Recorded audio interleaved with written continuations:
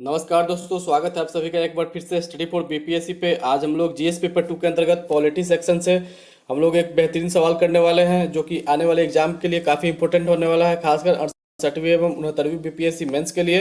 तो चलिए हम लोग बिना किसी देरी के आज के क्वेश्चन का डिस्कशन हम लोग शुरू करते हैं। ये काफ़ी इंपॉर्टेंट होने वाला है, मॉडल आंसर सेट है ये।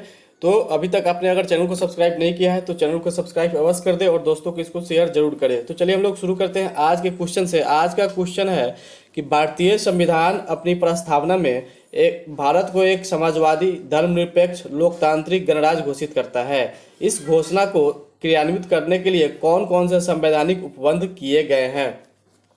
तो सबसे पहले तो आपको बताना है कि प्रस्तावना के बारे में आपको बताना है। उसके बाद बताना है कि प्रस्तावना में किस प्रकार समाजवादी, धर्मनिरपेक्ष और लोकतांत्रिक गणराज्य शब्द को उल्लेखित किया गया है। उसके बाद है कि इसकी घोषणा क्रियान्वित के लिए कौन कौन से संवैधानिक उपबंध किए गए हैं। आपको बताना होगा कि संविधान के अनुच्छेद कितने कितने में इसके रिलेटेड कौन कौन से उपबंध किए गए हैं।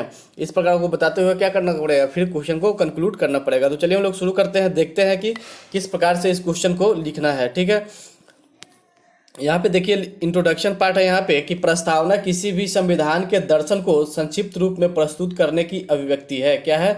संविधान के दर्शन को संक्षिप्त रूप में प्रस्तुत करने की अभिव्यक्ति कौन है? अभिव्यक्ति है यहाँ पे प्रस्तावना। ठीक है, नेक्स्ट बढ़ते हैं हम लोग कि भारतीय संविधान की प्रस्तावना भी संविधान की रूपरेखा को प्रस्तुत करता है। भारतीय संविधान की प्रस्तावना क्या करता है? भारतीय संविधान की रूपरेखा को प्रस्तुत करता है। इसी कारण N.A. पालकीवाला ने इसे संविधान का परिचय पत्र कहा था। ये काफ़ी इंपॉर्टेंट है कि N.A. पालकीवाला ने संविधान का परिचय पत्र किसे कहा था? प्रस्तावना को कहा था। ये लिखते हम लोग क्या करेंगे, फिर ये इंट्रोडक्शन पार्ट को खत्म करके हम लोग बॉडी पार्ट की तरफ आगे बढ़ेंगे। फिर यहाँ पे हम लोग देखते हैं अब कि भारतीय संविधान की प्रस्तावना में पंडित जवाहरलाल नेहरू द्वारा प्रस्तुत उद्देश्य प्रस्ताव के उद्देश्यों की झलक देखने को मिलती है।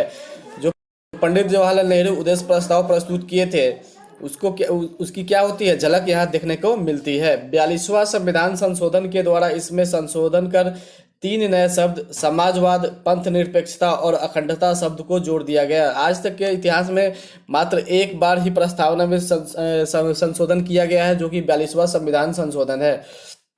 नेक्स्ट है इसमें, उसके बाद हम लोग क्या करेंगे, अब जो भी शब्द दिया हुआ है क्वेश्चन में उस शब्द को हम लोग देखेंगे कि जिसमें समाजवादी, धर्मनिरपेक्ष और लोकतांत्रिक गणराज्य के बारे में हम लोग उपबंध देखेंगे और उसके बारे में देखेंगे। यहाँ पे है समाजवाद।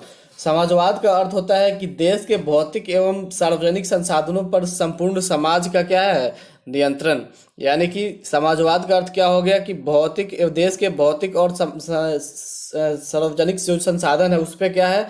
संपूर्ण समाज का नियंत्रण है। नेक्स्ट है इसमें कि प्रस्तावना में समाजवाद को शामिल करने का अभिप्राय समानता आधारित समाज का निर्माण करना है। क्या करना है? समाज का निर्माण करना है। किस प्रकार से? तो समानता आधारित समाज का निर्माण करना है तथा उन्नति का लाभ समाज के निम्न वर्गों तक पहुंचाना है। उन्नति का लाभ कहाँ तक पहुंचाना है? समाज के निम्न वर्गों तक। भारतीय संविधान में समाजवाद संबंधित किए गए महत्वपूर्ण प्रावधान निम्नलिखित है। भारतीय संविधान में जो भी प्रावधान किए गए हैं समाजवाद से रिलेटेड, उसको हम लोग अब देखने का कार्य करेंगे। नंबर 1 पॉइंट है कि अनुच्छेद 28। इसमें क्या है कि राज्य के लोक कल्याणकारी स्वरूप की चर्चा की गई है। अनुच्छेद 38 के माध्यम से राज्य के लोक कल्याणकारी स्वरूप की चर्चा की गई है। नेक्स्ट है अनुच्छेद 39। इसके द्वारा राज्य स्त्री एवं पुरुष सभी नागरिकों के लिए समान रूप से आजीविका का साधन उपलब्ध कराएगा। क्या करेगा? आजीविका के साधन, यानी कि नौकरी पेशा के लिए सभी को समान रूप से संसाधन उपलब्ध कराएगा। कौन कराएगा?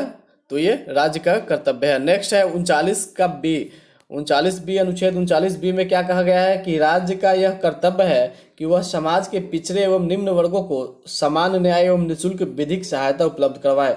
समान न्याय मतलब सभी के लिए न्याय, ये नहीं कि जो समाज के जो उच्च वर्ग है उसके लिए अलग न्याय हो और निम्न वर्ग हो उसके लिए अलग न्याय हो। सभी को एक समान न्याय की व्यवस्था करना होगा। और निःशुल्क विधिक सहायता से तात्पर्य है कि जो भी व्यक्ति अपनी विधिक हेल्प के लिए अगर सक्षम नहीं है तो उसको क्या किया जाए? विधिक सहायता निःशुल्क तरीके से उपलब्ध कराई जाए। नेक्स्ट है कि अनुच्छेद 41। इसके द्वारा काम, शिक्षा एवं लोक सहायता पाने का अधिकार का वर्णन किया गया है। अनुच्छेद 41 के द्वारा क्या किया गया है? काम पाने का, शिक्षा पाने का और लोक सहायता को पाने का अधिकार का वर्णन किया गया है। इसके अंतर्गत वर्तमान समय में केंद्र एवं विभिन्न राज्य सरकारों द्वारा अनेक लोक कल्याणकारी योजनाएं चलाई जा रही है। इसी अनुच्छेद के तहत क्या किया जा रहा है कि केंद्र सरकार के द्वारा और राज्य सरकार के द्वारा अनेक प्रकार की लोक कल्याणकारी योजनाओं को क्रियान्वित की जा रही है, चलाई जा रही है, जैसे कि मनरेगा, उसका एग्जाम्पल को आप लोग देख सकते हैं। नेक्स्ट है अनुच्छेद 43। अनुच्छेद 43 के तहत कामगारों के लिए निर्वाह योग्य मजदूरी प्रदान करने के लिए न्यूनतम समर्थन मूल्य और श्रम संहिता आदि का चर्चा किया गया है। यानी कि जो भी एक व्यक्ति के लिए जीवन जीने के लिए कम से कम योग्य मजदूरी हो, उसको क्या कहा जाता है? ये निर्वाह योग्य मजदूरी, मतलब जिससे कि वो अपना जीवन यापन कर सके, उतना मजदूरी तो कम से कम एक आदमी को मिलना ही, प्रदान किया ही जाना चाहिए। उसके बाद है न्यूनतम समर्थन मूल्य यानी कि एमएसपी, जो कि अभी भी लागू है।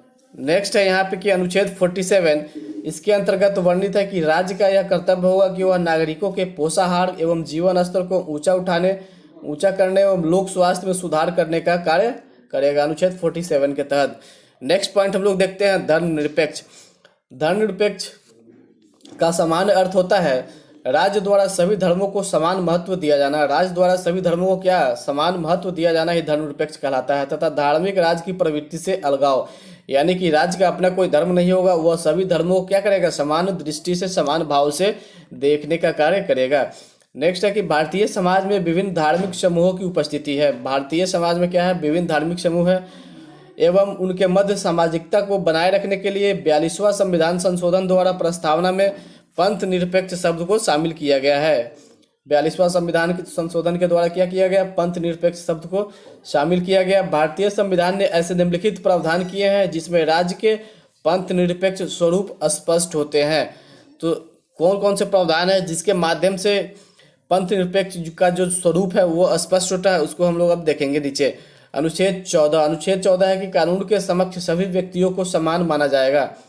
ठीक है। अनुच्छेद 15 है कि धर्म, वंश, जन्म स्थान आदि के आधार पर विभेद का प्रतिषेध है, यानी कि धर्म और वंश, जन्म स्थान आदि के आधार पर किसी भी व्यक्ति के साथ कोई भेदभाव नहीं किया जा सकता है। नेक्स्ट है अनुच्छेद 25 है। इसमें है कि अंतःकरण के आधार पर धर्म को मानने की आज़ादी है। कोई भी व्यक्ति अपने अंतरात्मा की आवाज़ पे कोई भी धर्म को पालन कर सकता है, कोई भी धर्म को मान सकता है, इसकी पूर्णतः ही आज़ादी है इंडिया में। नेक्स्ट है अनुच्छेद 26। यहाँ पे है कि धार्मिक कार्यों की प्रबंधन की स्वतंत्रता दी गई है। आप किसी भी प्रकार के धार्मिक कार्य के प्रबंधन कर सकते हैं। नेक्स्ट है अनुच्छेद 29। इसमें है अनुच्छेद 29 में है कि अल्पसंख्यकों को हितों का संरक्षण, यानी कि जो भी कार्य अल्पसंख्यकों को हित के लिए हो उसका प्रावधान किया गया है। अनुच्छेद 44 यानी कि एक समान नागरिक संहिता, यानी कि समान नागरिक संहिता जो हाल ही में चर्चा का भी विषय बना हुआ है, तो अनुच्छेद 44 के तहत इससे वर्णित किया गया है। इसके अतिरिक्त अनुच्छेद 27, अनुच्छेद 28 के साथ साथ निर्वाचन नियमावली में धर्म के आधार पर शामिल करने से विभेद पर रोक, यानी कि निर्वाचन का जो नियमावली होता है उसमें किसी भी धर्म का नाम नहीं लिखा जाता है। इस पर क्या है? रोक है, विभेद है, इसमें रोक है। और किसी भी राजनीतिक और प्रशासनिक पद के लिए भारत का नागरिक होना ही अनिवार्यता आदि ऐसे प्रावधान है जो कि संविधान की धर्मनिरपेक्ष स्वरूप का वर्णित करता है। यानी कि किसी भी राजनीतिक और या प्रशासनिक पद पर आपको जाने के लिए क्या करना होगा? सिर्फ और सिर्फ भारत का नागरिक होना ही आवश्यक है, न कि किसी धर्म विशेष से होना आपके लिए आवश्यक है। ये क्या करता है? ये भारत की जो संविधान में धर्मनिरपेक्ष शब्द है उसको अच्छे से वर्णित करता है। उसके बाद हम लोग का नेक्स्ट पॉइंट है लोकतांत्रिक गणराज्य। लोकतांत्रिक गणराज्य मुख्यतः दो शब्द लोकतंत्र एवं गणतंत्र से मिलकर बना हुआ है। क्या है? लोकतंत्र एवं गणतंत्र से मिलकर बना हुआ है लोकतांत्रिक गणराज्य, जिसमें लोकतंत्र का अर्थ होता है जनता का शासन। किसका? लोकतंत्र मतलब जनता का शासन।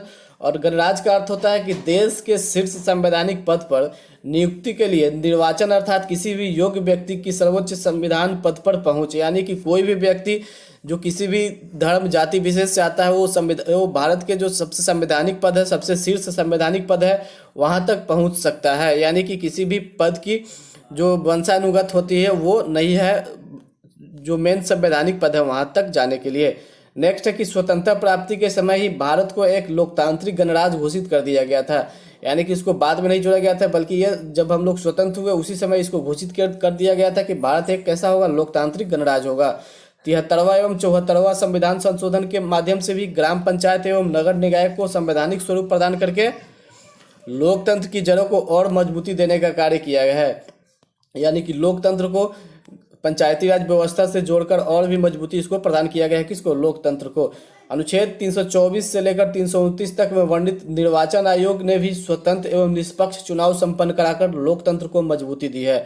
निर्वाचन आयोग के जो प्रावधान किया गया है वो अनुच्छेद 324 से लेकर 329 तक है, जिसके माध्यम से क्या किया गया है, लोक निर्वाचन आयोग स्वतंत्र एवं निष्पक्ष चुनाव संपन्न कराता है, जिसके कारण लोकतंत्र और मजबूत होता है। इस प्रकार हम लोग सभी टर्मों को देखते हुए क्या करेंगे, हम लोग अब इसके इंड पार्ट पे आ जाएंगे कि यानी कि इसका अब कंक्लूजन लिख देंगे बढ़िया सा यहाँ पे। उसके बाद है कि निष्कर्षतः कहा जा सकता है कि प्रस्तावना में शामिल समाजवाद, पंथ निरपेक्ष एवं लोकतांत्रिक गणराज्य शब्द भारतीय संविधान निर्माताओं के इच्छाओं की आपूर्ति करता है। क्या है? भारतीय संविधान के जो निर्माता थे उनकी इच्छाओं की आपूर्ति करता है, अभिपूर्ति करता है। उच्चतम न्यायालय द्वारा भी समय समय पर विभिन्न निर्णयों के द्वारा इन आदर्शों का सहारा लिया गया है। उच्चतम न्यायालय के द्वारा भी क्या किया गया है, समय समय पर इन आदर्शों का सहारा लिया गया है जो प्रस्तावना में वर्णित है। इस प्रकार हम लोग देख लिए, काफ़ी इंपॉर्टेंट सवाल था ये, और इसको आप लोग 2 से 3 बार इसको सुनने का कार्य कीजिए और लिखने का भी प्रयास कीजिए। ठीक है, अभी तक अगर आपने चैनल को सब्सक्राइब नहीं किया है तो चैनल को सब्सक्राइब अवश्य कर दें और दोस्तों के साथ इसको शेयर करें, और वीडियो पसंद आए तो इसको लाइक जरूर करें। अब मिलते हैं हम लोग नेक्स्ट वीडियो में, तब तक के लिए जय हिंद।